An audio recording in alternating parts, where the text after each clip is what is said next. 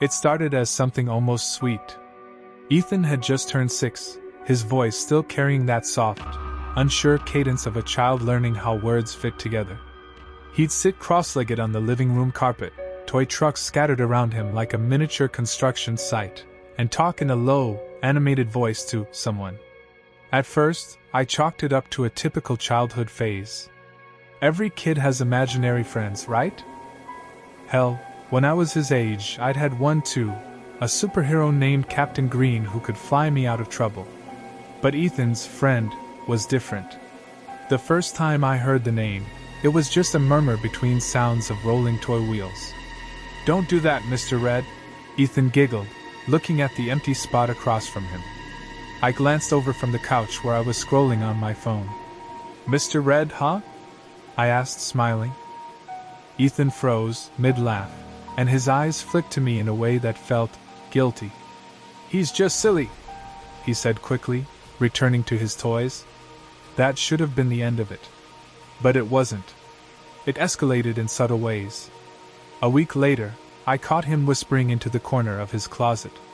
The door was only half open, casting that thin, dark triangle into the room that children usually fear. Yet Ethan was leaning into it, speaking so softly that I couldn't make out the words.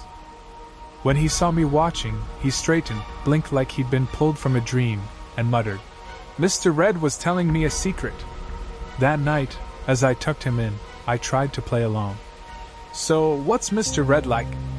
"He's tall," Ethan said simply, his small hands clutching the blanket up to his chin. "And he likes my room." "Tall?" I chuckled. "Like as tall as me?" "No." His voice went small. "Taller than the ceiling." I felt my skin prickle, but I told myself he was just being imaginative. Kids say weird stuff. The first truly strange thing happened on a rainy Thursday evening. The air in the house felt damp, clinging. I was in the kitchen, chopping vegetables, when Ethan came running in, his socks wet from the carpet. "Daddy," he whispered, eyes wide. "Mr. Red says you can't go in the attic." I froze mid-slice, my mind catching on the words. Why would he say that? Ethan looked behind him, actually turned his head and glanced over his shoulder, as if someone might be listening. Then, barely above a breath, "Because it's his." I'd never mentioned the attic to Ethan. It was just an old storage space I hadn't been in since we moved. That night I heard the first whisper. I woke around 2:30 a.m., that half-dreaming haze still clouding my mind. The sound was faint, like dry paper brushing together, but it seemed to come from the hallway outside my bedroom door. I sat up, listening. The air felt heavy, pressing in. Then, under the rustle, a voice, thin and drawn out, said something I couldn't understand. I told myself it was the pipes. Old houses make weird noises. But when I checked on Ethan in the morning, his blanket was pulled so tightly around his body that I had to peel it away from his small, stiff hands. He didn't say good morning. He just looked at me and whispered. He was in my room last night. Over the next few days, little things began to happen. Doors that I knew I'd closed would be open in the morning. Objects moved an inch or two from where I'd left them.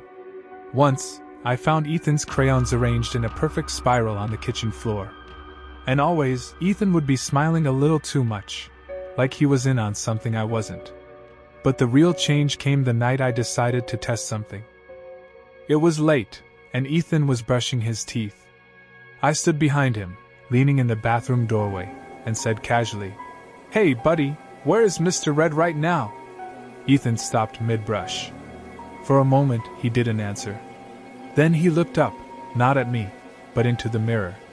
His gaze settled somewhere over my shoulder, and slowly, the corners of his mouth curled upward.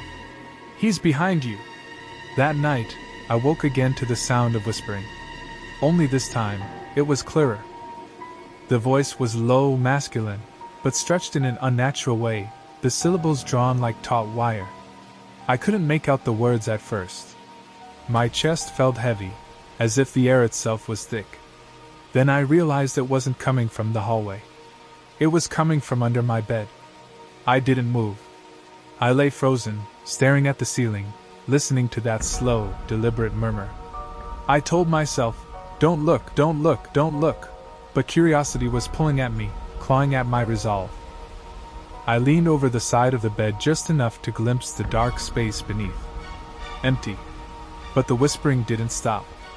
And I swear to God, when I sat back up, the closet door, which I always kept closed, was standing wide open. I didn't sleep the rest of that night. I sat in bed, back pressed against the headboard, eyes locked on that closet door. The whispering had stopped when I moved, but the silence it left behind was worse, like the house was waiting for me to acknowledge something I wasn't ready to see. By morning, I convinced myself it was exhaustion playing tricks on me. Work had been stressful, my diet garbage, my sleep erratic. Maybe my brain was just chewing on shadows. But Ethan was different that day. When I came downstairs, he was already sitting at the kitchen table, legs swinging under the chair, his untouched cereal turning soggy. He wasn't watching cartoons like usual. He was staring, fixed, at the empty chair across from him. "Who's sitting there, buddy?" I asked, trying to keep my voice light. His eyes shifted to me, slow and deliberate. "You know." Something in the way he said it made my skin tighten over my bones. I tried to smile, to keep it in the realm of innocent play. "Mr. Red?" Ethan nodded once.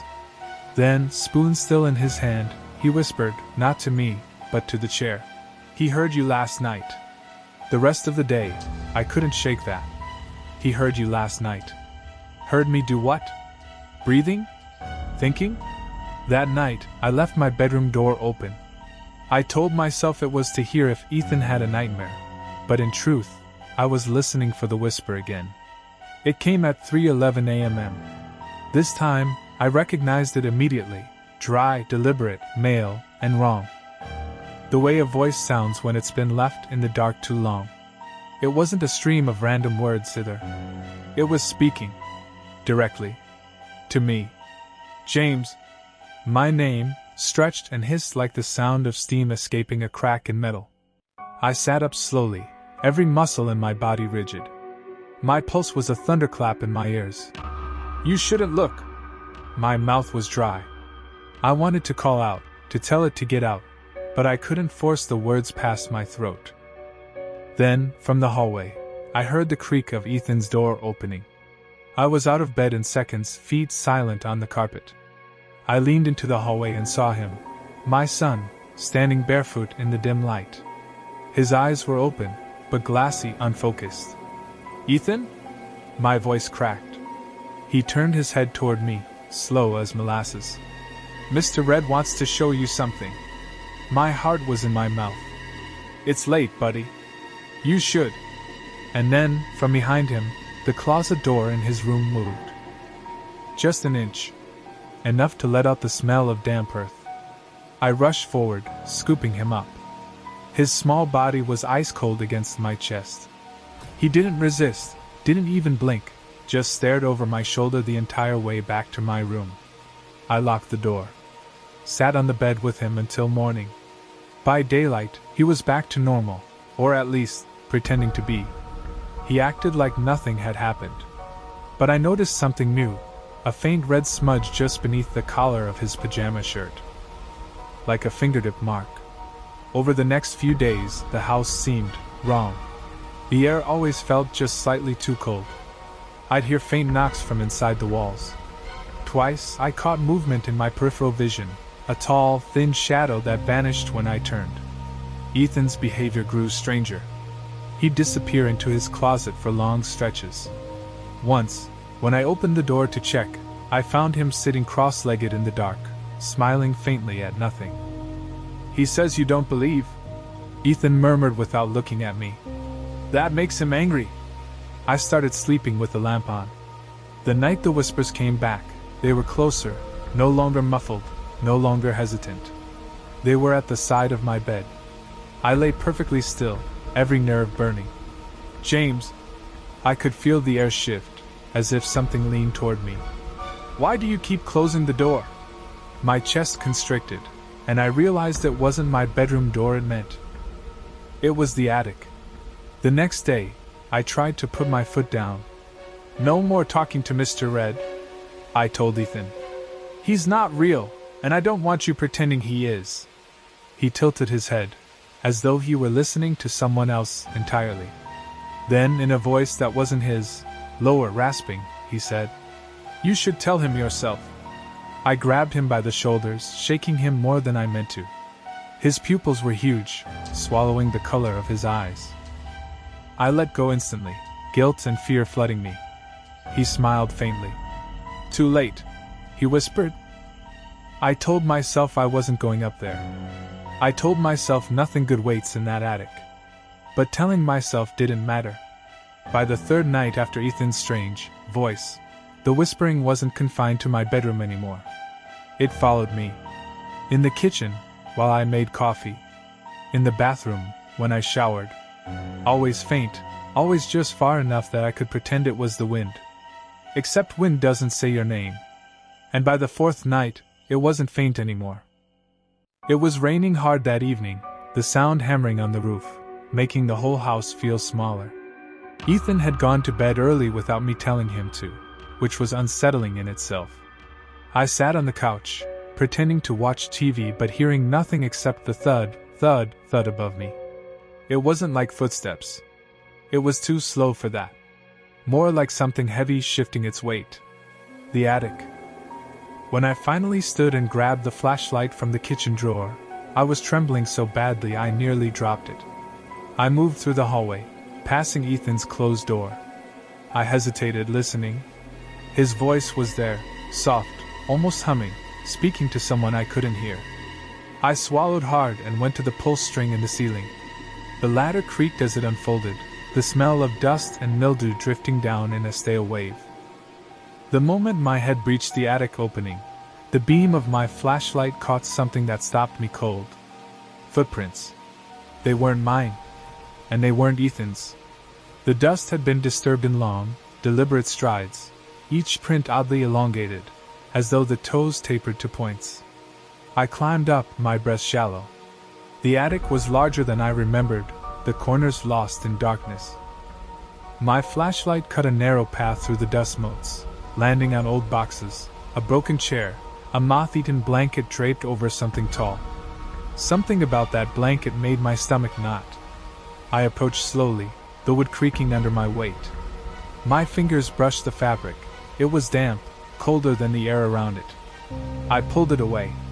Beneath it was a mannequin. At least, I thought it was at first. Human-shaped, impossibly tall, its limbs too long, skin the deep red of rust. Its head was tilted, no features except for a smooth, blank face. And yet I knew, without knowing how, that it was looking at me.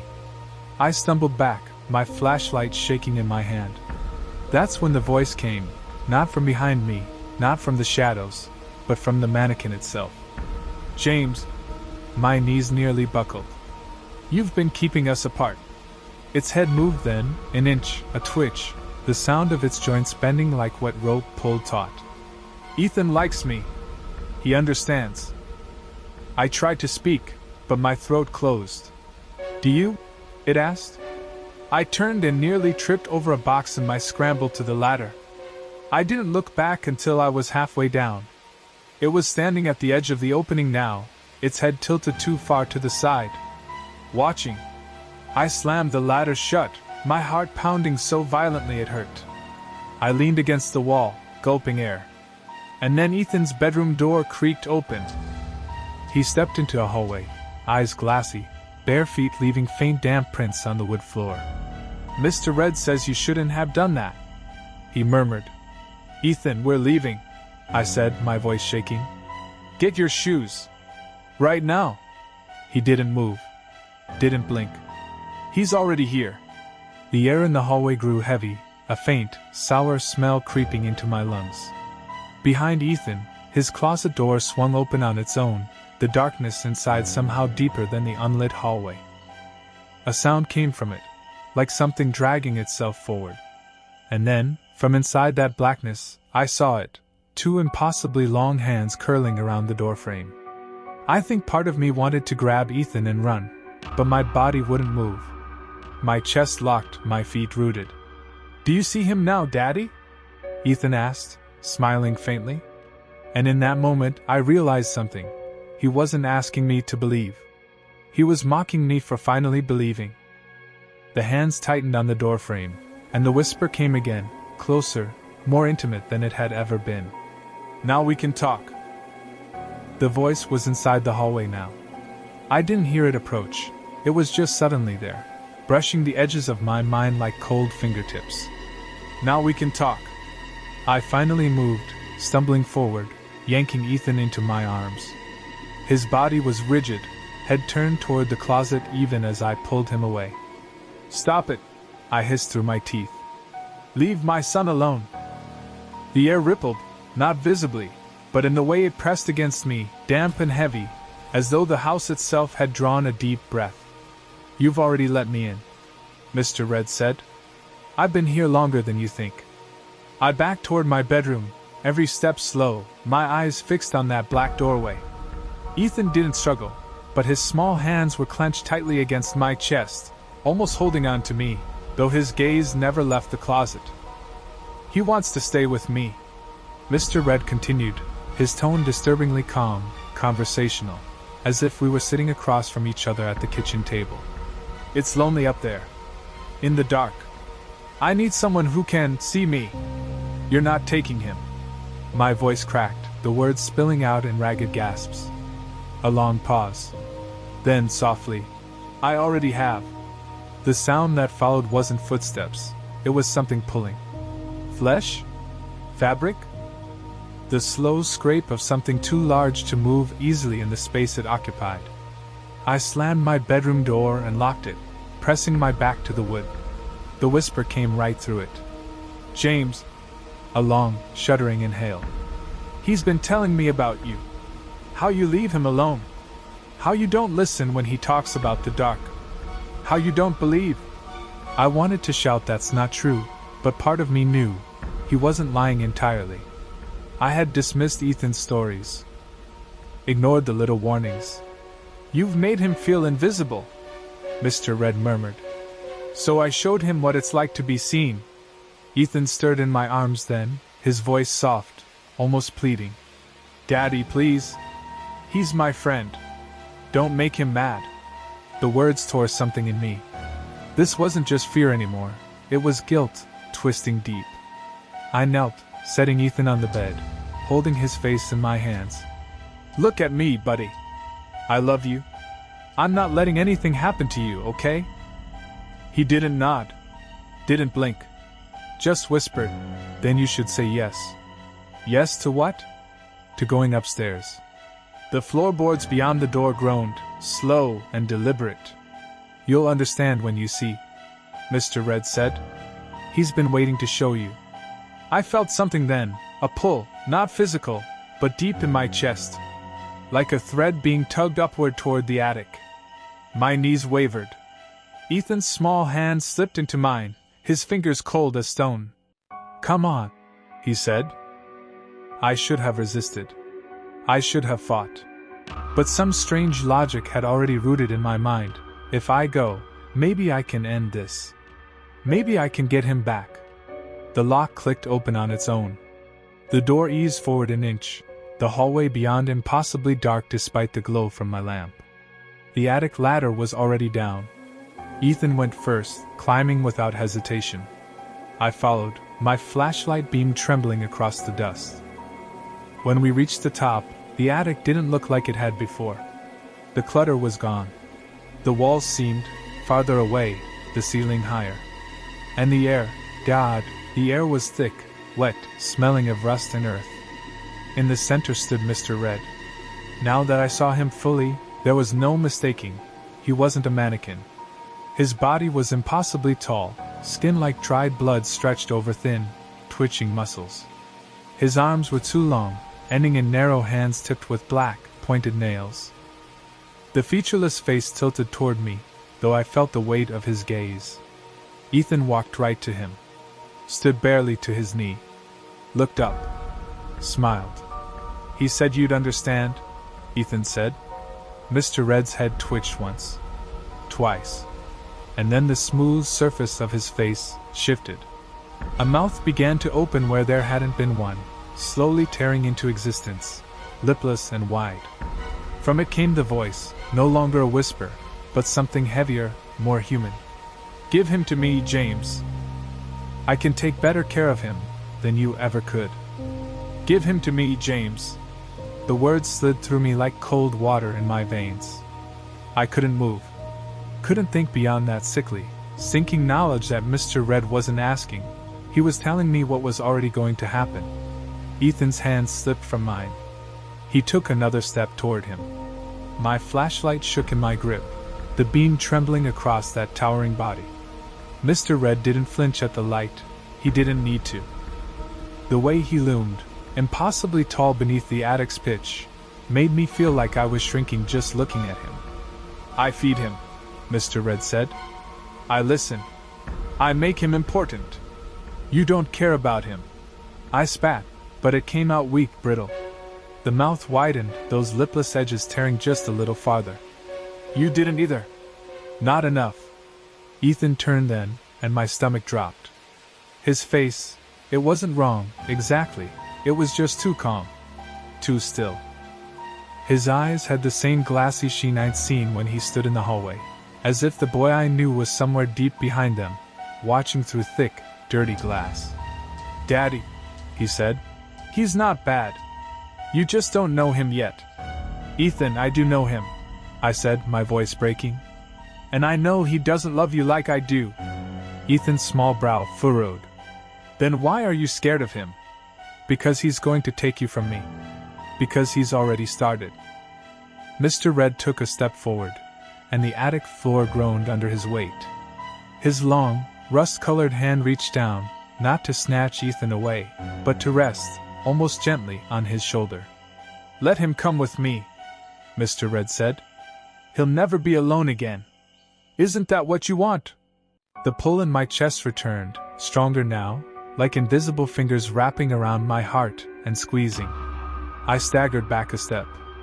Ethan's lips curved into that faint, secret smile. "You don't have to be lonely either," Mr. Red added. For one horrifying moment, I almost asked what he meant. Then I remembered the attic before, the mannequin shape, the damp blanket, the smell of earth, and I realized something that made my skin crawl. He didn't find that form. He made it. Piece by piece. I lunged forward, grabbing Ethan, yanking him from that towering figure. He screamed, not in fear, but in anger. His fists pounded my chest, his voice ragged. "You're ruining it. He likes me. He chose me." I stumbled backward toward the ladder. The air in the attic thickened, vibrating with a low, inhuman hum that made my teeth ache. Mr. Red didn't follow. He didn't need to. His voice poured into my head instead. "You'll hear me again. You can't close a door that's already open." I half fell, half climbed down the ladder, dragging Ethan with me. By the time we hit the hallway floor, he'd gone limp in my arms. His head lolled against my shoulder, and I could feel the faint, rhythmic breath of sleep, real sleep, against my neck. I slammed the attic shut. I locked every door and window. I sat awake in the living room until the sun came up, Ethan curled under a blanket beside me, looking more like my little boy than he had in weeks. It's been 3 nights since then. He hasn't mentioned Mr. Red. But last night, I woke to find him standing at the foot of my bed. Just standing there. His voice was soft, almost gentle, when he said, "He's not mad anymore. He forgives you." I wanted to ask what that meant, but I couldn't. I just lay there, watching him walk back to his room. And now, tonight, as I sit in the quiet of this house, I can hear it again. Not whispering this time. Breathing. It's coming from the attic. And I know, without needing to check, that the ladder is already down.